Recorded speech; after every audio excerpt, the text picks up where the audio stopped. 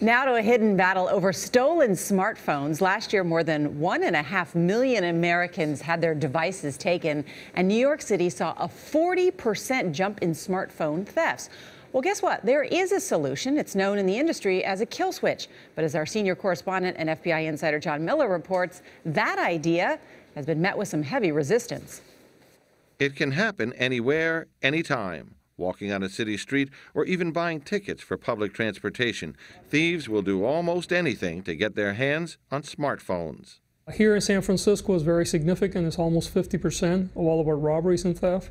George Gascon is San Francisco's district attorney. This is an area where a technological solution can render these phones basically worthless on the secondary market.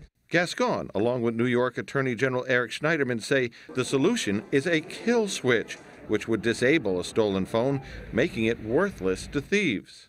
But law enforcement sources told CBS News when manufacturers like Samsung made smartphones with a kill switch earlier this year, the 5 major wireless carriers, AT&T, Verizon, T-Mobile, Sprint, and U.S. Cellular, wouldn't support it.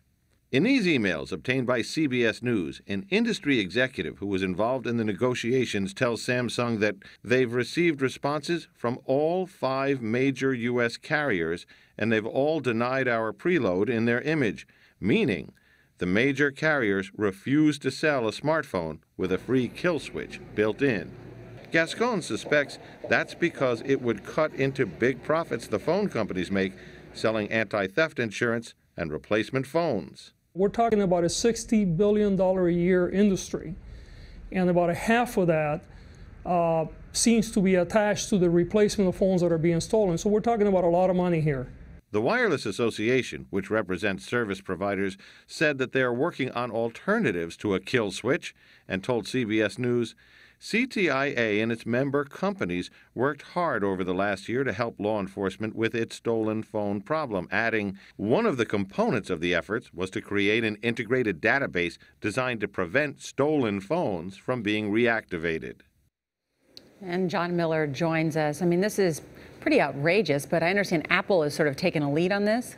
So George Gascon, the district attorney in San Francisco, Eric Schneiderman, the attorney general here, and a coterie of police chiefs were after Apple to do something because 70% of that 40% of the rise in thefts here in New York were Apple products.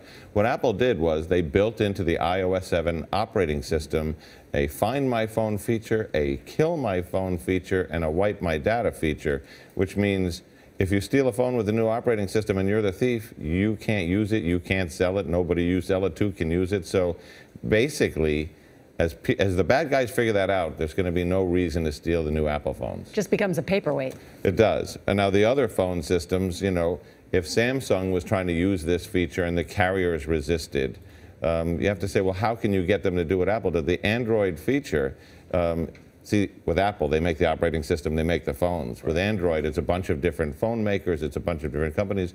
You'd really have to get up to the level of Google, who makes that operating system, and have them build in the same kind of thing. So is it clear why the alternatives are not as good? It's clear why the alternatives are not as good because they put the onus on the phone owner. You have to get on the stolen phone registry, you have to go find your phone, you have to go do this.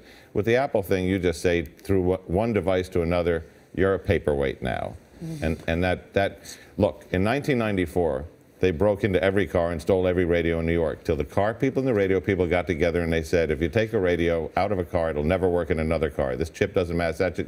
They stopped stealing radios. Never happened again. So they could do it here. They could do it with the phones, and that's what's driving theft stats across the country. Thanks, John. John Miller. Yeah. Breaking it down. Breaking it down. Solving crime left and right. Right what we learned. Listen to John.